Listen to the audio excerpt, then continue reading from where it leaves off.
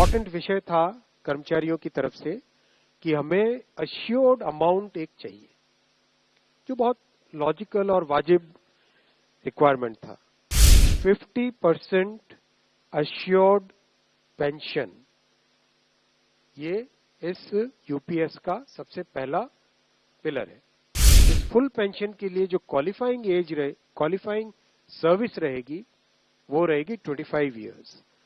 Assured pension, assured minimum pension 10,000 rupees per month, वो इसमें UPS में थर्ड पिलर ये रखा गया है। ऑप्शन रहेगा, कोई अगर एनपीएस में रहना चाहे तो एनपीएस में रह सकता है, यूपीएस में ऑप्ट करना चाहे which is naturally a very attractive scheme, तो उसमें ऑप्ट कर सकता है। आज प्रधानमंत्री श्री नरेंद्र मोदी जी की अध्यक्षता में यूनियन कैबिनेट ने यूनिफाइड पेंशन स्कीम को अप्रूव किया है, इसको अनुमोदित किया है और ये स्कीम अभी आने वाले समय में लागू होगी। इम्पोर्टेंट विषय था कर्मचारियों की तरफ से कि हमें अश्योर्ड अमाउंट एक चाहिए, जो बहुत लॉजिकल और वाजिब रिक्वायरमेंट था।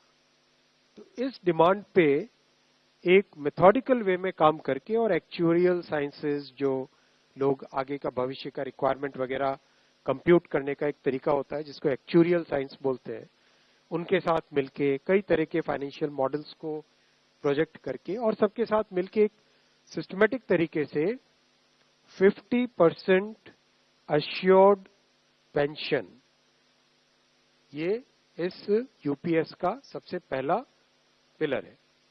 इसकी डिटेलिंग देखनी चाहिए हमें। जो ये अमाउंट मिलेगा वो रिटायरमेंट से पहले के 12 महीनों की एवरेज बेसिक पे का 50% होगा। मैं रिपीट कर रहा हूं, अश्योर्ड पेंशन का जो अमाउंट है that will be the average of basic पे ऑफ 12 मंथ्स बिफोर सुपर एनुएशन, उसका 50% होगा। और इस फुल पेंशन के लिए जो क्वालिफाइंग सर्विस रहेगी वो रहेगी 25 इयर्स, यानी 25 वर्ष तक अगर किसी ने काम किया है, सेवा की है, तो उसको फुल पेंशन यानी जो ये अश्योर्ड पेंशन का अमाउंट है वो मिलेगा।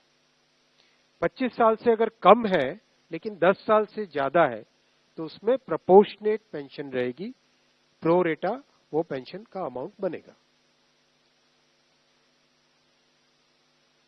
जो कभी किसी कर्मचारी की डेथ हो जाए तो फैमिली पेंशन एक बहुत बड़ा, स्पाउस के लिए ये बहुत बड़ी एम्प्लॉयज की एक रिक्वायरमेंट थी, डिमांड थी। तो सेकंड पिलर इस यूपीएस का है अश्योर्ड फैमिली पेंशन।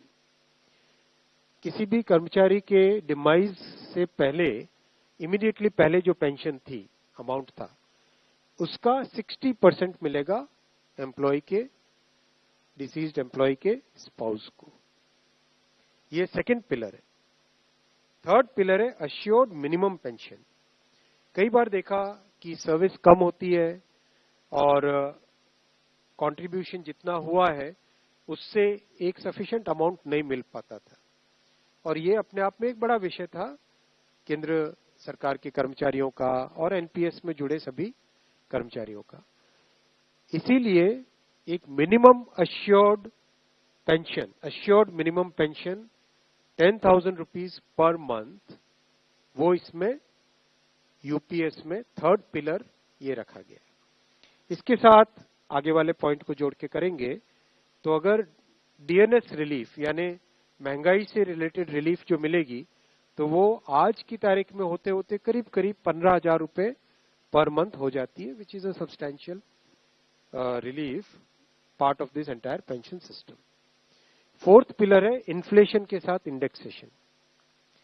जैसे केंद्र सरकार के एम्प्लॉयज के लिए सैलरी में डीएनएस अलाउंस होता है, उसी पैटर्न पे जो इंडेक्स है, सेम इंडेक्स को यूज करके all India consumer price index for industrial workers, इसको यूज करके assured pension, assured family pension और अश्योर्ड मिनिमम पेंशन, इन तीनों के तीनों जो आपने पिछले पेज पे ये तीनों पिलर्स देखें, assured pension, assured family pension और अश्योर्ड मिनिमम पेंशन। इन तीनों के ऊपर इन्फ्लेशन इंडेक्सेशन डीएनएस रिलीफ के बेसिस पे मिलेगा। डीआर, डीए की जगह डीआर, डीएनएस रिलीफ। पांचवा पिलर है इस स्कीम का lump sum payment at superannuation in addition to gratuity. ये एक तरीके से बहुत ही इंपॉर्टेंट और बहुत ही बड़ी एक रिलीफ मिलेगी। जब सुपर एन्युएशन होता है तो उसके बाद में इंसान अपनी लाइफ को प्लानिंग जिस तरह से करना चाहिए तब कई बड़े खर्चे आते हैं, इसलिए ये लंप सम एक अमाउंट तय किया गया। यह है कि हर 6 महीने की सर्विस के लिए मंथली एमोल्यूमेंट्स विच मीन्स पे एंड डीए कंबाइंड, उसका 10% अमाउंट।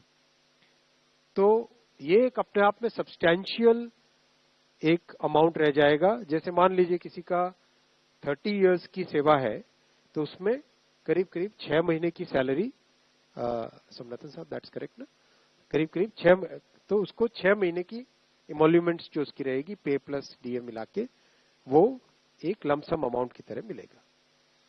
ये 5 पिलर्स को लेके आज यूनिफाइड पेंशन स्कीम अप्रूव हुई है।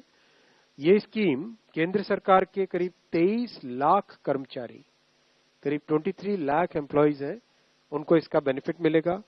ऑप्शन रहेगा, कोई अगर एनपीएस में रहना चाहे तो एनपीएस में रह सकता है, यूपीएस में ऑप्ट करना चाहे which is naturally a very attractive scheme तो उसमें ऑप्ट कर सकता है। प्लस राज्य सरकारें अगर इसी फ्रेमवर्क को, इसी आर्किटेक्चर को यूज करना चाहे तो राज्य सरकारें भी इस आर्किटेक्चर को यूज कर सकती है।